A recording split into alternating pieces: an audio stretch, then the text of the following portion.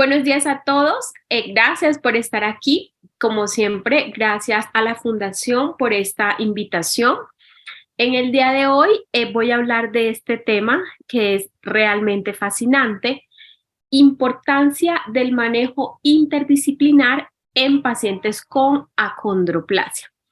Y es fascinante porque la interdisciplinariedad a veces es un término que no entendemos los profesionales de la salud y que a veces tampoco comprenden los pacientes y los familiares.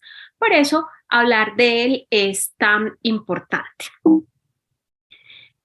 Realmente la interdisciplinariedad hace referencia a que varias disciplinas, en este caso de la medicina, se enriquezcan en sí y entre todas estas disciplinas se contribuya al abordaje en salud cuando un solo profesional de la salud no es posible para realizar todo el manejo de enfermedades tan complejas como esta de la que tratamos en estos momentos, que es acondroplasia.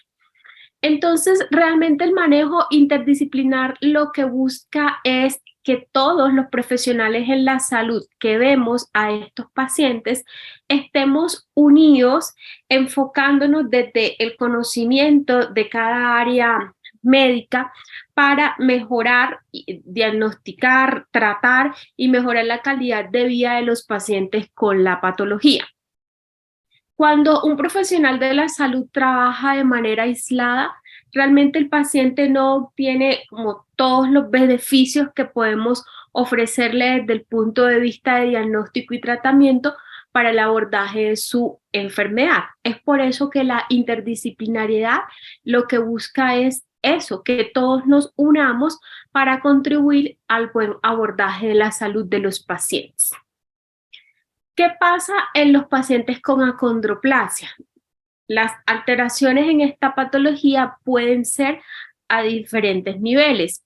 Es así que a nivel musculoesquelético, los pacientes con esta patología presentan baja estatura, tronco largo y estrecho, pueden tener alteraciones a nivel de la columna como escoliosis, cifosis, además deformidades en otras articulaciones diferentes a la columna, por ejemplo, deformidad en rodillas, las rodillas se abren demasiado o se pegan demasiado. Pueden presentar también alteraciones a nivel craneal con una cabeza aumentada de tamaño, que es lo que llamamos macrocefalia. Incluso el líquido cefalorraquídeo que está dentro de la cabeza puede estar aumentado, produciendo hidrocefalia. Todas estas alteraciones van a contribuir a que los niños con esta patología tengan un retardo del desarrollo motor, es decir, que se les dificulte subir y bajar escaleras, correr, subirse a una silla, trepar, y que esas habilidades las logren mucho después de los niños que no tienen la enfermedad. Y no solo las alteraciones son motoras, sino también manuales. Por tener unas manos pequeñas, estos pacientes tienen más dificultades para abotonar, desabotonar, cepillarse los dientes, a veces peinarse. Puede costarles estas actividades. Adicionalmente a estas alteraciones motoras y manuales, los pacientes con hidrocefalia pueden hacer infecciones del oído de manera recurrente, y las infecciones del oído de manera recurrente pueden producir en el paciente alteraciones para escuchar, que es lo que los médicos llamamos hipoacusia. Adicionalmente pueden tener problemas dentales, produciéndose superposición dental.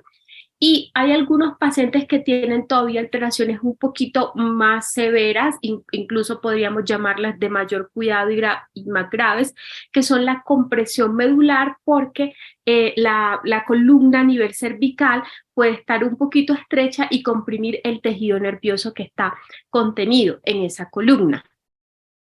Algunos pacientes pueden tener problemas para respirar que se reflejan sobre todo en la noche, produciéndose lo que llamamos apnea del sueño o SAJOS, por crecimiento de las adenoides, de las amígdalas, por tener el cuello corto. Y cuando son adultos, muchos pacientes pueden tener enfermedades cardiovasculares asociadas por alteraciones cardíacas, hipertensión, problemas valvulares, em, todo lo que involucra el aparato cardíaco y vascular.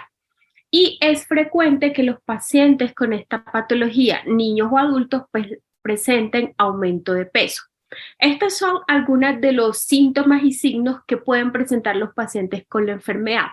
Ahora, no todos los pacientes lo presentan, pero sí quiero que piensen en algo. ¿Solo un médico podría manejar todo esto? Las alteraciones de la columna, de las rodillas, de la médula, el aumento del líquido cefalorraquídeo, los problemas ventilatorios cardiovasculares. Realmente la respuesta es no, se necesitan varios profesionales de la salud para poder manejar todos estos síntomas y signos. Y allí es donde aparece la interdisciplinariedad. Por eso en medicina y a nivel del área de la salud en general existen tantas disciplinas. La disciplina a la que yo pertenezco, porque me apasiona y fue lo que estudié, es la disciplina de rehabilitación, donde nos enfocamos en algunas cuestiones específicas de la salud para ayudar al paciente a que tenga la mayor funcionalidad y calidad de vida posible. Pero hay otras disciplinas que son importantes en el paciente con acondroplasia que no están tan enfocadas en la rehabilitación, pero sí, por ejemplo, en la cirugía o en el aparato cardiovascular. Entonces, es por eso que todos los profesionales de la salud somos tan importantes en esta patología y en otras. Pero hace parte de la interdisciplinariedad no solo los profesionales de la salud.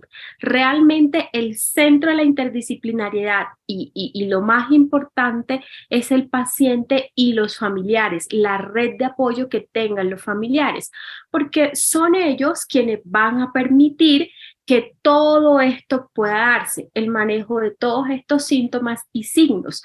Por eso ustedes, los pacientes y los cuidadores y los familiares de los pacientes juegan un papel tan importante cuando hablamos de interdisciplinariedad. No solo son las disciplinas médicas y de la salud, no, también son los pacientes y la familia. Ahora, hablando como un poquito de qué hace cada profesional de la salud en esta patología, quisiera iniciar con los médicos especialistas en ortopedia. Dentro de la interdisciplinariedad son unos médicos que buscan manejar las alteraciones musculoesqueléticas que presentan los pacientes. Es así como los pacientes con acondroplasia pueden tener desviaciones de la columna hacia un lado o hacia adelante, que es lo que llamamos cifosis, que podemos ver en algunos pacientes. ¿Qué hace ortopedia o en ocasiones neurocirugía? Tratan de alinear la columna, a veces ayudándose de aparatos externos como las órtesis, llamados usualmente corset, o haciendo cirugías para que no progresen las deformidades o para corregirlas. Además de las cirugías enfocadas en la columna, ortopedia también se encarga de realizar cirugías en extremidades, en las rodillas, por ejemplo, en los pies, en la cadera de los pacientes con acondroplasia. Miren, en la figura se presenta un paciente con esta patología y miren las rodillas del paciente. Las rodillas no están alineadas, sino que están desalineadas, están separadas. Es lo que en medicina llamamos yenuwaro y que pueden presentar los pacientes con la patología. ¿Qué pasa? Que a medida que pasa el tiempo, esas rodillas que están en estrés mecánico, que están aguantando el peso, que están caminando desviadas, pueden comenzar a sufrir mucho, producirse muchos problemas, dolor, artrosis temprana, unas dificultades. Y allí ortopedia, por ejemplo, se encarga de manejar la rodilla de estos pacientes para impactar positivamente la calidad de vida. Pero eso puede hacerlo un ortopedista porque es la disciplina que estudió para manejar estas alteraciones, pero no lo puedo hacer yo como fisiatra porque yo no sé operar rodillas, esa no es mi disciplina. pero cuando el ortopedista los opera, se necesita un fisiatra para hacer todo el programa de rehabilitación de cirugía posquirúrgica de columna y de rodillas. Entonces allí es cuando las disciplinas confluyen en favor de que el paciente pueda recuperarse y estar mejor. Con respecto a neurocirugía, los neurocirujanos también son médicos especialistas que también hacen parte del área quirúrgica. En los pacientes con acondroplasia se enfocan más en las alteraciones que producen la patología, como por ejemplo la hidrocefalia. En la fotografía ven dos imágenes del cerebro humano. Aquí en el centro ven una imagen azul. Esa imagen azul corresponde a los ventrículos que están ubicados en nuestro cerebro y donde se contiene un líquido que se llama líquido cefalorraquídeo que regula la producción cerebral. Y en la imagen de al lado ven que esa imagen azul está ensanchada, está aumentada, es mayor, hay más líquido. Eso es lo que se llama hidrocefalia y es común que lo presenten los pacientes con acondroplasia. ¿Qué pasa? Cuando el líquido está muy aumentado, la presión del cerebro aumenta y eso puede ser peligroso. Puede producir que el cerebro en sí comience a tratar de ubicarse dentro de los huesos del cráneo y comience a sufrir. Es por eso que esa hidrocefalia hay que corregirla cuando es marcada y puede producir alteraciones cerebrales que atenten contra la vida de un ser humano. Allí es donde entra una especialidad como esta, neurocirugía. Los neurocirujanos se encargan de colocar una válvula que va desde la cabeza aquí hasta el abdomen para que este líquido que esté aquí se drene al abdomen de manera constante y no se eleve la presión dentro del cerebro. Entonces, miren la importancia de la especialidad en el manejo de estos pacientes, ¿vale? Una hidrocefalia puede ser muy peligrosa para la vida de un niño y si los neurocirujanos no entran a manejar estos pacientes y a corregir esta hidrocefalia, realmente se pone en peligro la vida del paciente. Adicionalmente, neurocirugía es importante en esta patología porque, como referí al inicio, algunos pacientes pueden comprimirse la médula, que es el tejido nervioso que está por aquí a nivel cervical y que está contenido entre las vértebras de la columna. Puede haber una alteración en ese nivel y esa médula comprimirse y he visto pacientes con acondroplasia con la médula comprimida y por tanto débiles de las cuatro extremidades, con pérdida del control de esfínteres y eso realmente es peligroso y pone realmente mayores limitaciones funcionales en el paciente. Entonces lo que hacen los neurocirujanos es descomprimir esa médula de aquí del cuello para que los pacientes pues, puedan estar mejor. Entonces, esto es una segunda disciplina de la medicina muy importante en el manejo de los pacientes con la patología. Otra de las alteraciones que presentan los pacientes con la enfermedad, como les referí, es que ellos tienden a hacer más infecciones en el oído. Y estas infecciones repercuten en que comiencen a tener problemas para escuchar, problemas auditivos. Y allí entra esta especialidad de la medicina, que es la otorrinolaringología. Esta especialidad se encarga, entre otras cosas, por ejemplo, a resolver esos problemas de infecciones recurrentes que hagan que los pacientes comiencen a tener hipoacusia. Y es así como algunos pacientes, por ejemplo, le colocan lo que ven en la segunda imagen, que son unos tubos de ventilación para drenar secreciones, para evitar y tratar las otitis recurrentes. Y algunos pacientes que tienen una hipoacusia instaurada, incluso a veces hay que colocarles audífonos para amplificar el sonido y que puedan escuchar bien. Entonces, los especialistas en otorrinolaringología hacen parte de esos profesionales que permiten el manejo interdisciplinar de la enfermedad.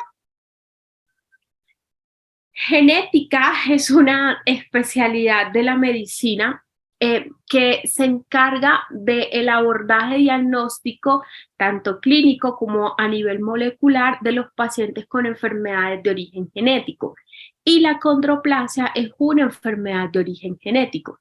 Es por eso que ustedes ven que es muy probable que a muchos de sus hijos o ustedes que tengan la patología pasaron por un genetista, porque el genetista era como el médico o el profesional de la salud encargado de que la sospecha diagnóstica que de pronto tuvo el pediatra, que tuvo el ortopedista, que tuvo otro profesional se confirmara a través de estudios de genética molecular.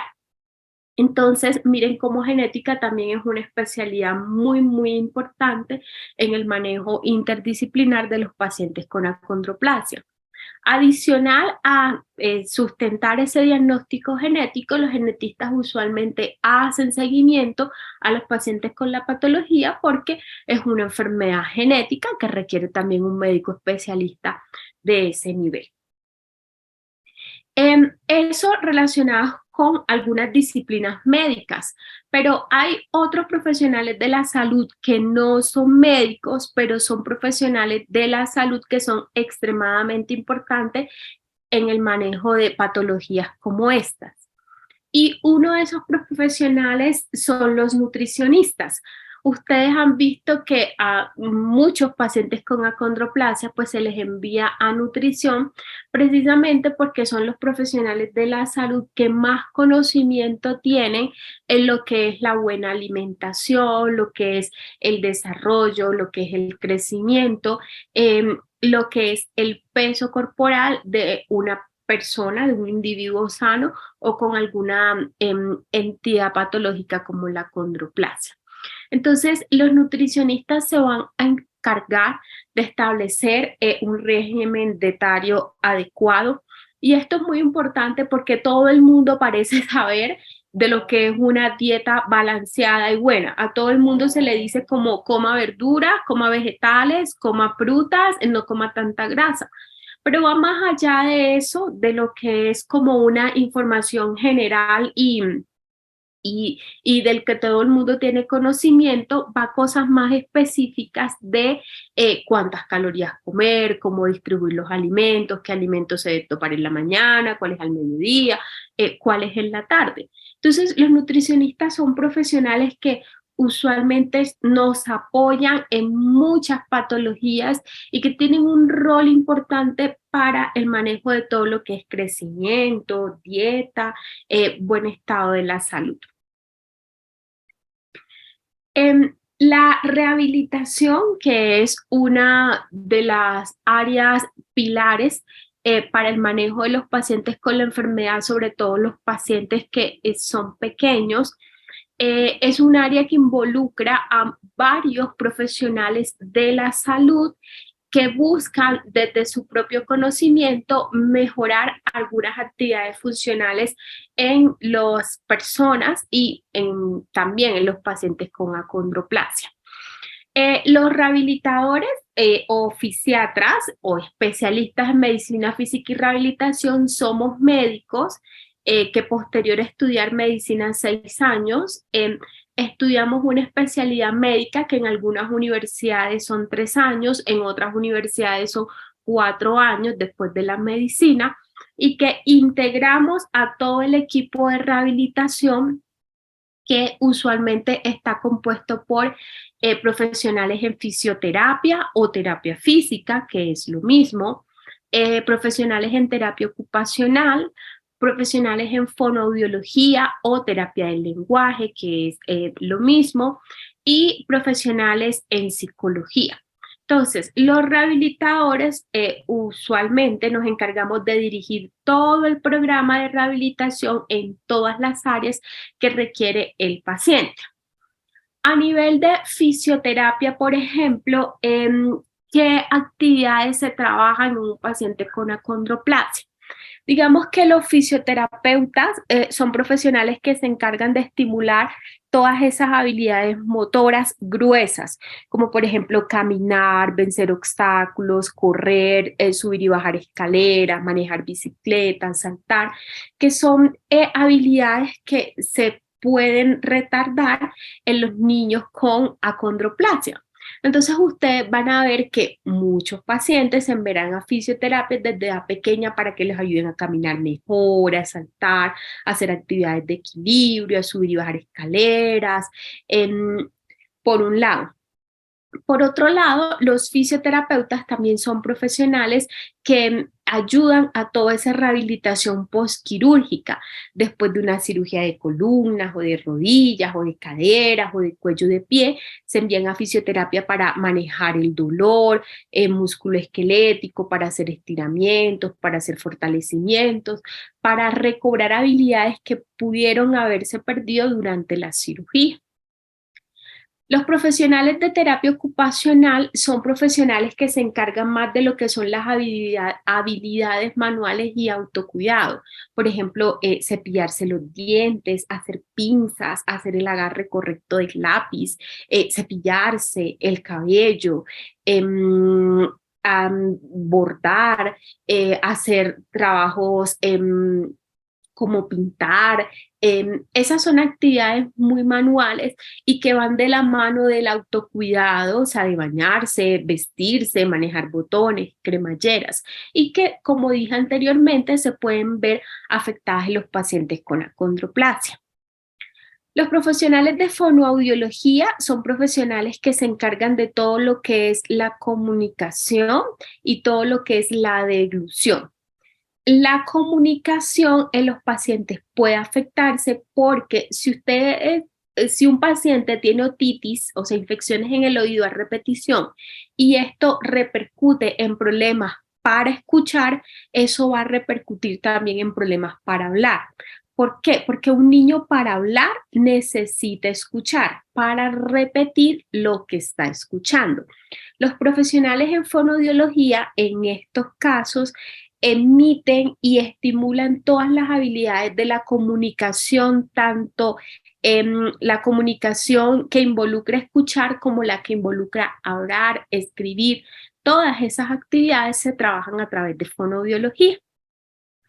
Los profesionales en psicología hacen parte del área de rehabilitación y de salud mental y se enfocan en el apoyo de todas esas alteraciones emocionales que pueden involucrar una enfermedad. Y no solo para el paciente, sino para la familia.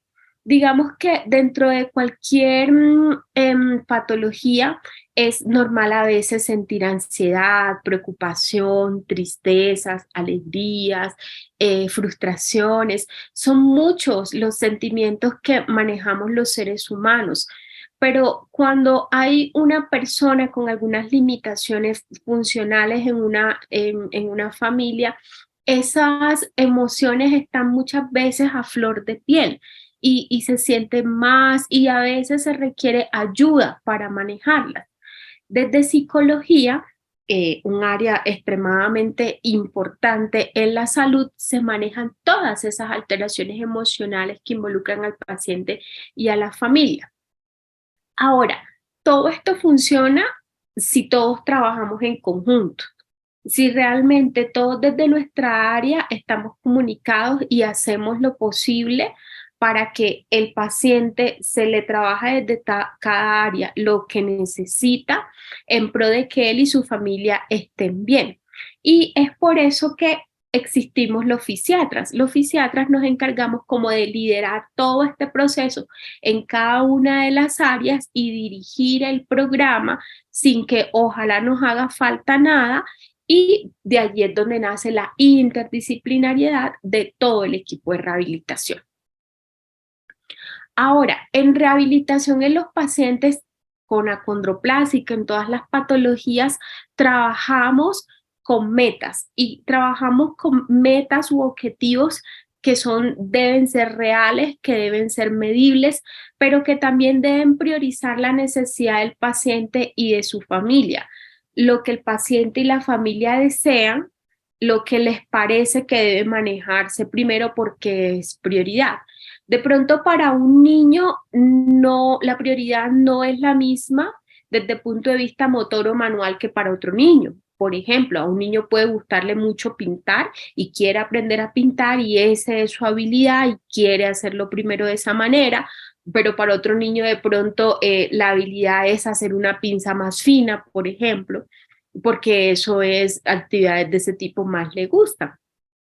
De pronto para un niño lo que quiere es correr, porque todos los otros niños corren, pero otros niños no quieren correr, sino, por ejemplo, aprender a manejar una bicicleta. Entonces, todas las actividades se deben ir enfocando realmente a las necesidades del paciente y a la familia, pero que sean necesidades que realmente se puedan cumplir y por eso es que se crean objetivos reales y específicos. Pero, ¿qué quiero decir con esta diapositiva? Que más allá de que existamos profesionales en rehabilitación, allí está involucrado en la interdisciplinariedad el paciente y la familia y son parte importante en nuestra profesión para realmente establecer objetivos desde nuestra área. Hace parte también del manejo de los pacientes y para serles sincera, realmente hoy en día de casi que todos los niños de Colombia, valoraciones por pediatría. Los pediatras son profesionales de la salud que se encargan del diagnóstico, manejo, seguimiento de niños. Son médicos que solo ven niños. Yo soy fisiatra, yo veo pacientes niños, adultos, personas adulto mayor. Yo puedo enfocarme en todas las áreas, pero los pediatras son específicos de la edad infantil. Y los pediatras también manejan varias patologías específicas de primer, segundo, tercer nivel y hacen parte de las valoraciones que deben tener estos pacientes. Miren que los pediatras manejan todo lo que es crecimiento y desarrollo, también se involucran en si el niño está escolarizado, en si el niño de pronto hace muchas infecciones recurrentes, si el niño hace gripas, se dan también recomendaciones de dieta sana, de ejercicio, de otras patologías que puede tener cualquier persona, tenga o no tenga condroplasia, como por ejemplo el asma, alergias. Los pediatras entonces son médicos que manejan muchas áreas de la salud de los niños. Y para serles sincera, los pediatras son profesionales que saben de muchas áreas médicas, saben un poquito de cirugía, saben un poquito de rehabilitación, saben un poquito de neurología, es decir, tienen conocimiento como de varias áreas al tiempo y van guiando hacia dónde debe ir el paciente. Los pacientes que ya son adultos, pues ya no los ve pediatría, porque los pediatras son médicos especialistas de niños, ya pasan a ver los otros médicos especialistas que son médicos de adultos. En este caso son los médicos internistas. La medicina interna es un área de la medicina que se encarga de ver al paciente adulto. El equivalente de pediatría en la edad adulta son los médicos internistas y juegan un rol extremadamente importante en el paciente con acondroplasia porque los médicos internistas son los médicos encargados, entre otras cosas, de manejar todas esas patologías del adulto que son frecuentes en la población en general y más en pacientes que tienen acondroplasia, como por ejemplo las enfermedades cardiovasculares. Entonces, hace parte de los médicos interdisciplinarios que le hacen seguimiento a pacientes con esta enfermedad. Ahora, como referí al inicio, no es una enfermedad que se maneje de manera aislada. No podemos decir que la acondroplasia, el único médico que va a ver el paciente va a ser un fisiatra. No, eso no es cierto. También tendrá que verle un pediatra, también tendrá que tener seguimiento por ortopedia, también tendrá que tener un seguimiento por neurocirugía, por nutrición. Es posible que se me hayan pasado algunas áreas de la salud importantes en la patología, pero a nivel general quiero referir que un paciente con acondroplasia es muy posible que deba ir a varias citas con varios profesionales. Ahora, ¿qué se plantea? No, o qué planteamos? A veces los médicos, las IPS, donde va el paciente, las EPS, donde el paciente pertenece, tiene cobertura en salud, para facilitarle a los pacientes y a sus familias a veces las citas y que todo el mundo o todos los profesionales estén viéndolo de pronto hoy uno, de pronto el miércoles otro, de pronto el viernes otro. Lo que se busca a veces es que varios profesionales vean al tiempo al paciente y de allí es donde aparecen las juntas médicas. En las juntas médicas buscamos uno, que estemos más conectados, que todos conozcamos al paciente, que todos demos un concepto único, pero que también estén varios profesionales en el momento. Es por eso que en las juntas médicas, quienes hayan tenido la oportunidad, por ejemplo, en la junta de un niño, ustedes van a ver que hay un pediatra, que hay un fisiatra, que hay un neurólogo, que está a veces ortopedia, que está fisioterapia, que está psicología, que está genética. Es decir, en la junta se ofrece que estén varios profesionales al mismo tiempo para que ustedes no estén en tanta consulta. Claro, porque que 7 profesionales, 6 profesionales, 5 profesionales tengan que ver un paciente cada 3 meses, significa que cada profesional va a tener 4 citas al año, pero cuando se suman y no son 4 profesionales, sino que son 5, ya son 20 citas al año. Y adicionalmente hay que tener terapias, y adicionalmente hay que ir al colegio, y adicionalmente hay que ir al centro comercial, hay que tener una vida, hay que hacer miles de cosas. No es la única persona que requiere atención en salud, de pronto el papá también tiene hipertensión, de pronto la mamá también requiere un chequeo médico, de pronto la hermana está embarazada. Es decir, no a veces una sola persona, son todas quienes tienen que cuidar la salud y ya se van sumando más y más y más citas y más tiempos. Entonces, lo que se busca en las juntas a veces es eso, facilitarles a ustedes la atención y que en una sola atención lo vean todos los profesionales y no uno y uno y uno a la vez, y que todos den un concepto único. Ahora, ¿en qué se trabaja desde el mismo Ministerio de Salud? A que existan centros de excelencia en manejo de patologías huérfanas. ¿Para qué? Para que también un paciente solo tenga que ir a un centro donde se le pueda ojalá ofrecer todos, y que todos los especialistas y todos los profesionales de la salud de estos centros estén sensibilizados por la patología. ¿Por qué? Porque yo sé que a veces ustedes tienen sufrimiento de que los envían en pediatría, no sé, a un hospital. Luego lo envía a fisiatría a otro hospital. Luego ortopedia los ve en otro hospital. Luego nutrición en otro hospital. Luego neurocirugía en otro hospital. Y todos quedan a una distancia de la residencia.